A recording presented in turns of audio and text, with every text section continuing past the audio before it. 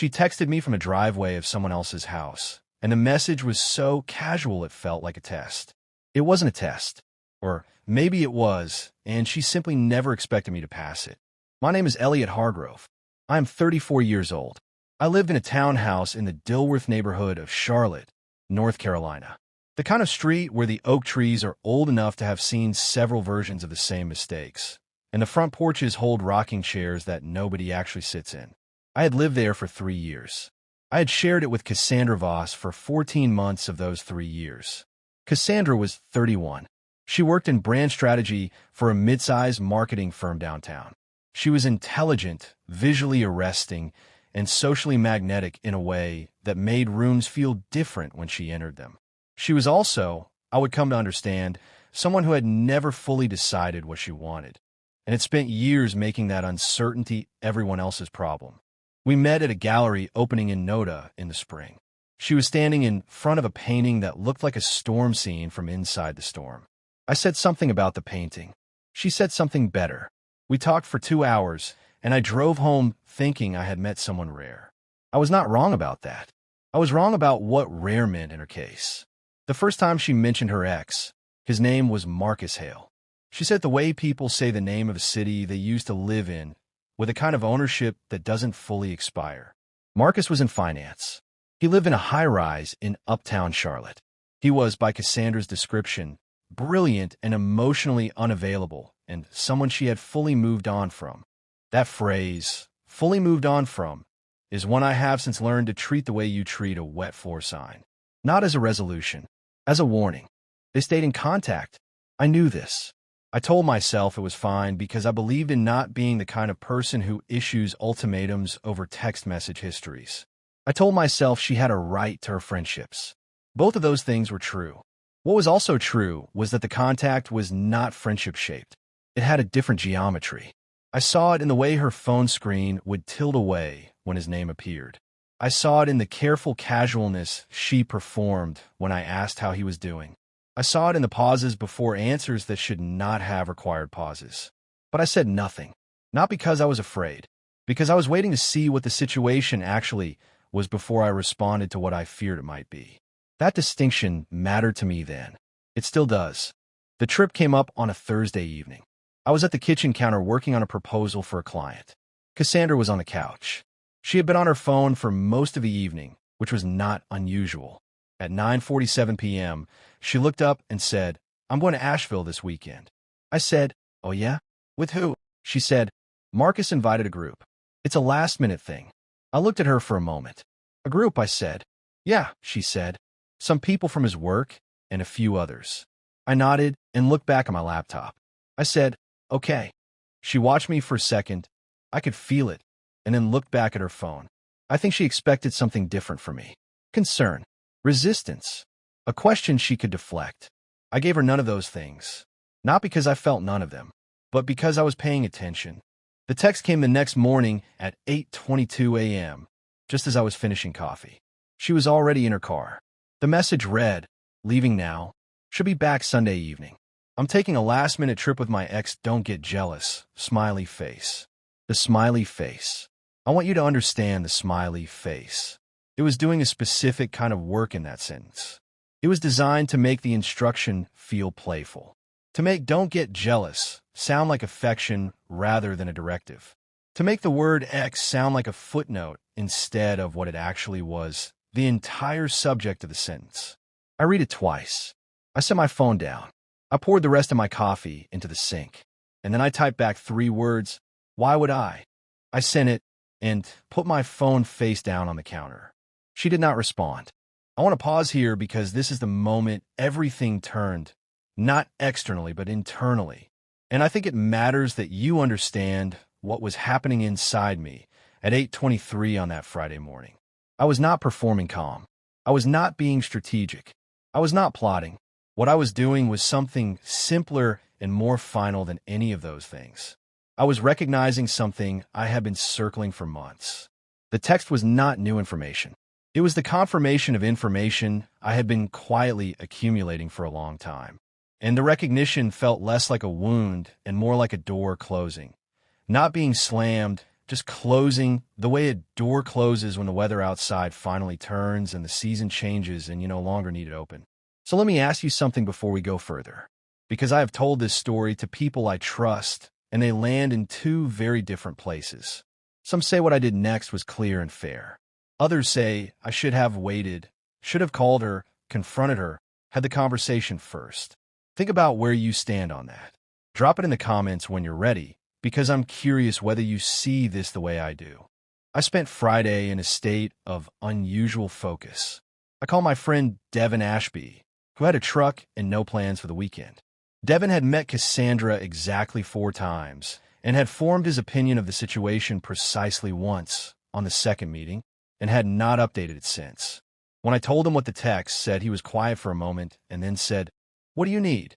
I told him. He said he'd be there in an hour. We worked through most of Friday afternoon. I was methodical about it. I did not throw things. I did not damage anything. I did not take anything that was not hers. Her clothes, organized by category and folded or hung, exactly as she kept them, went in her own luggage and her own garment bags. Her books went into boxes I bought from the UPS store on Park Road. Her skincare collection, her candles, her throw blankets, the framed print she'd brought from her last apartment, the small succulent she'd named Gerald, all of it handled with the same care she had presumably not extended to the relationship. I labeled everything. I was thorough. Marcus Hale's building was a 15-minute drive from Dilworth. I had his address because Cassandra had once sent a package there by mistake and asked me to look up the correct building number. I have a good memory. It is not always a convenient quality. Devin and I loaded everything into the lobby of Marcus's building. I spoke to the front desk attendant, a young man named, according to his name tag, Trevor, and explained that I was dropping off belongings for a residence guest. Trevor called up. Marcus, apparently, answered. There was a brief exchange I was not party to, and then Trevor told me I could leave everything with him and it would be brought up. I thanked him. I left. Devin and I drove back to Dilworth in near silence. He bought me a burger on the way. It was a good burger. That detail feels irrelevant and also somehow exactly right. Back at the townhouse, I did something I had not done in 14 months. I moved through the space without the ambient awareness of another person's presence.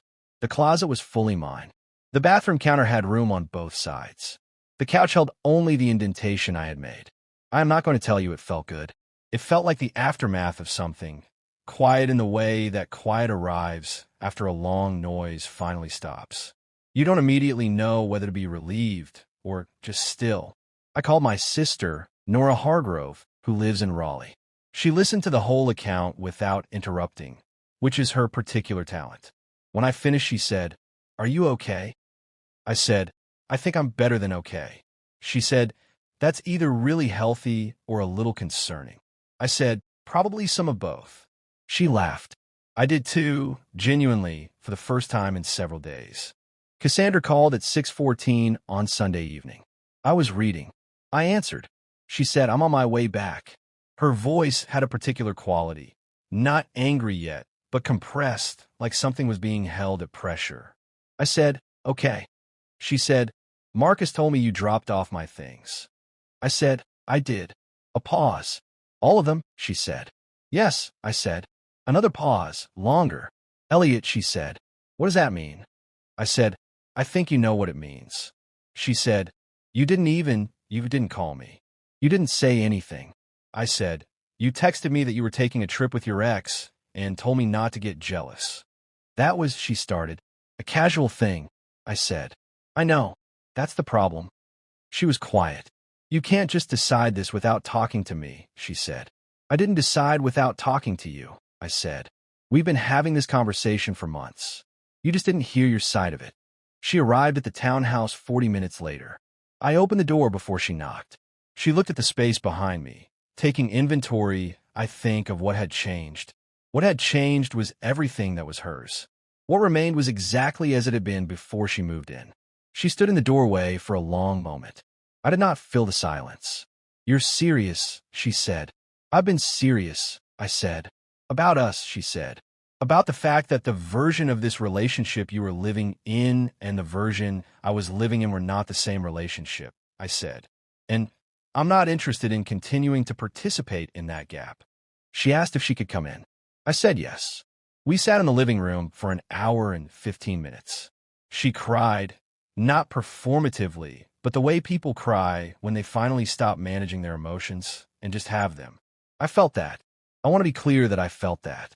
Ending something with someone is not the same as not caring about them. She talked about Marcus, more honestly, finally, than she ever had while they were overlapping. She said she didn't know what she wanted. I told her that was the most honest thing she had said to me in months. She said she hadn't meant to hurt me. I believed her. Intent and impact are not the same thing, but I believe the intent. Before she left, she stood at the door and said, "I didn't think you'd actually do anything." I said, "I know." She said, "That's not a small thing to realize." I said, "No, it isn't." She left. I closed the door. I stood in the hallway for a moment, listening to the sound of the street outside. Cars, wind, someone's dog 2 houses down. The ordinary sounds of a life that was now, in some important and clarifying way, entirely mine again. In the weeks that followed, there was no dramatic fallout. No mutual friends choosing sides. No social media conflict. No legal entanglement. The townhouse was mine alone, the lease in my name, her name on nothing. That had been intentional, not suspicious, just financially tidy, as my accountant Fletcher Odom had once described my general approach to shared living.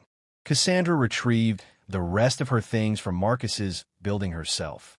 Whether she stayed there or found her own place, I do not know. That information stopped being mine to have the moment she texted me that Friday morning with a smiley face. Marcus Hale, as far as I know, remains exactly who he was. Emotionally unavailable, living in his high-rise, probably brilliant. Cassandra's problem to navigate, or not, on her own terms. Devin got a very good bottle of bourbon as a thank you. He said it was unnecessary. He drank it anyway. I repainted the second bedroom in February, the one she had used as a home office. I chose a color called Quiet Moment, which is a soft gray-green that looks different in morning light than it does at dusk. I work in there now. It is the room I think best in. I do not think that is a coincidence. Personal reflection. What this story circles around, at its core, is the difference between a reaction and a response. Elliot did not react to Cassandra's text. He responded, and the distinction is not semantic. A reaction is immediate, emotional, and often proportionate to fear. A response is measured, considered, and proportionate to understanding. The text Cassandra sent was almost certainly designed, consciously or not, to provoke a reaction. The smiley face was doing diplomatic work, softening a provocation into something that could be dismissed as playful if challenged. When Elliot responded with, "Why would I?" he denied her the reaction she may not have known she was seeking. And in that denial, something shifted. Cassandra is not a villain in this story. She is someone who had not resolved something within herself, and who, like many people in that situation, allowed the unresolved thing to leak into the relationship sideways. The contact with Marcus, the careful phone tilting, the trip framed casually. None of these were acts of malice. They were acts of someone who wanted to keep every door open and had not fully considered what that cost the person standing in the room with her. Elliot's decision to pack her belongings rather than confront her will read differently to different people. Some will see it as decisive and self-respecting. Others will see it as a unilateral action that closed a conversation before it could be fully had. Both readings have merit. What is harder to dispute is that the conversation had, in fact, been happening for months, just not verbally. Cassandra had been communicating her ambivalence through behavior. Elliot had been reading it. His response on Friday was, in a sense, just the first time he answered out loud. The moment at the door, when Cassandra said, "I didn't think you'd actually do anything," is perhaps the most revealing line in the entire account. It tells us that her model of Elliot included a version of him that would absorb, adjust, and remain. When that model proved incorrect, the shock was not just relational. It was epistemic. She had been wrong about who she was dealing with. That kind of wrongness takes time to process. Whether either of them grows from this depends entirely on what they do with the clarity the ending produced. That part of the story belongs to them alone.